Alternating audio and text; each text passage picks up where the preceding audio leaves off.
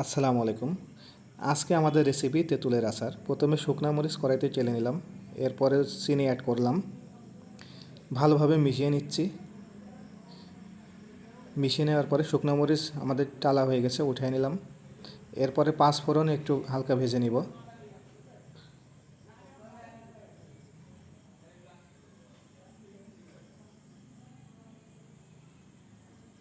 পাঁচ ফোড়ন ভেজে নিলাম।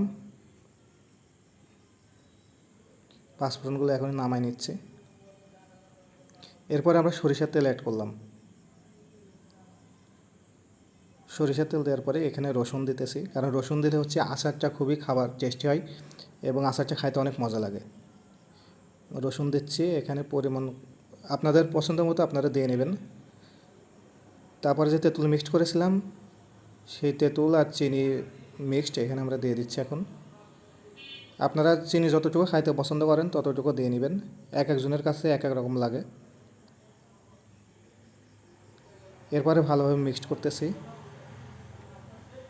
সরিষার তেল, রসুন আর আচার ভালোভাবে মিক্সড করছি। দেখেন কালারটা অনেক সুন্দর হয়ে আসতেছে, অনেক লোভনীয় মনে হচ্ছে। কালারটা অনেক সুন্দর। ভালোভাবে মিক্সড করে নিলাম। একটু টেস্ট করে দেখলাম চিনি কম হয়েছে, টক লাগতেছে, এই জন্য আরেকটু চিনি অ্যাড করছি আমাদের খাবারের টেস্ট অনুযায়ী। আমাদের যতটুকু খাইতে ভালো লাগে ততটুকু আমরা দিয়ে নিয়েছি, আপনারা আপনাদের মতো দিয়ে নেবেন। এরপরে যে চিলি ফ্লেক্স ছিল, চিলি ফ্লেক্স অ্যাড করলাম। পাঁচফোড়ন ভাজা এটা হচ্ছে অ্যাড করে নিলাম, কারণ পাঁচফোড়নটা দিলে খাইতে অনেক টেস্টি লাগে এবং পাঁচফোড়নের ফ্লেভারটা অনেক ভালো হয়। এরপরে কিছুটা স্বাদ মতো লবণ দিয়ে দিলাম।